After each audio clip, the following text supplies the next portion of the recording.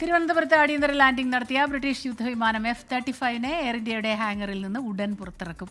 പുറത്തിറക്കിയതിനു ശേഷം വിമാനത്തിന്റെ അന്തിമ പരിശോധനകൾ പൂർത്തിയാകും. പ്രധാനമായും ഈ ബ്രിട്ടന്റെ പാർലമെന്റിലടക്കം നമ്മുടെ കേരളത്തിലടക്കം വലിയ ചർച്ചയായതാണ് ഈ F-35 അതുപോലെ തന്നെ F-35 സാങ്കേതിക തകരാറുകളും. അതിൽ കഴിഞ്ഞ ജൂൺ 14 F-35 ഈ ഒരു ഇന്ധനം തീരുകയും അതിനൊരു തകരാറുണ്ടാവുകയും ചെയ്തതിനെ തുടർന്ന് ഏറ്റവും അടുത്ത വിമാനത്താവളമായിട്ടുള്ള തിരുവനന്തപുരം വിമാനത്താവളത്തിൽ ഇറങ്ങുന്നത്. അതിനുശേഷം ഇത്രയും നാളും ഇവിടെ അത് തുടരുകയായിരുന്നു. അതിൽ പ്രധാനമായും അതിന് ഹൈഡ്രോളിക് എഞ്ചിന് പറ്റിയൊരു തകരാറാണ്. അത് തിരികെ പറക്കാനുള്ള ബ്രിട്ടനിലേക്ക് തിരികെ പറക്കാനുള്ള ഒരു പ്രശ്നമായി നിലനിന്നിരുന്നത്.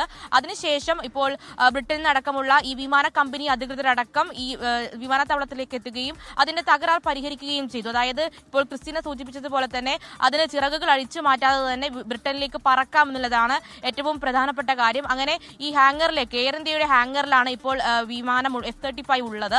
അതിനുശേഷം ഈ അല്പസമയത്തിനകം തന്നെ ഈ ഹാങ്ങറിൽ നിന്ന് പുറത്തേക്ക് യുദ്ധവിമാനം ഇറക്കും. അതിനുശേഷം അന്തിമ പരിശോധനകൾ ഇനി ഏതെങ്കിലും തരത്തിലുള്ള പ്രശ്നങ്ങൾ ഉണ്ടോ എന്നുള്ള കാര്യങ്ങളടക്കം പരിശോധിക്കും. അതിനുശേഷമായിരിക്കും അത് ബ്രിട്ടനിലേക്ക് പറക്കുന്നുണ്ടാവുക. അത് നാളെയാണ് എന്നുള്ളതാണ് ഇപ്പോൾ ബ്രിട്ടീഷ് അധികൃതർ നമ്മളോട് അറിയിക്കുന്നത്. അങ്ങനെ നാളെ തിരിച്ച് പറന്ന് തന്നെ ബ്രിട്ടനിലേക്ക് പോകാനാകും F-35. അതുപോലെ തന്നെ ഇതിന് 24 അംഗ സാങ്കേതിക വിദഗ്ധരായിരുന്നു ബ്രിട്ടനിലും അതുപോലെ തന്നെ ഈ വിമാനത്തിന്റെ അമേരിക്കൻ നിർമ്മാണ കമ്പനി അധികൃതരുമായി വന്നിട്ടുണ്ടായിരുന്നത്. അവരും ഇന്ന് ബ്രിട്ടനിലേക്ക് തിരികെ പറക്കും. അവർ എയർബസ് 400 ഇങ്ങോട്ടേക്ക് എത്തിയിരുന്നത്. അതുപോലെ തന്നെ വ്യോമസേന വിമാനം ഈ എഞ്ചിനീയർമാരെ കൊണ്ടുപോകാനും ഇന്ന് എത്തുമെന്നുള്ളതാണ് നമ്മൾ അറിയുന്നത്.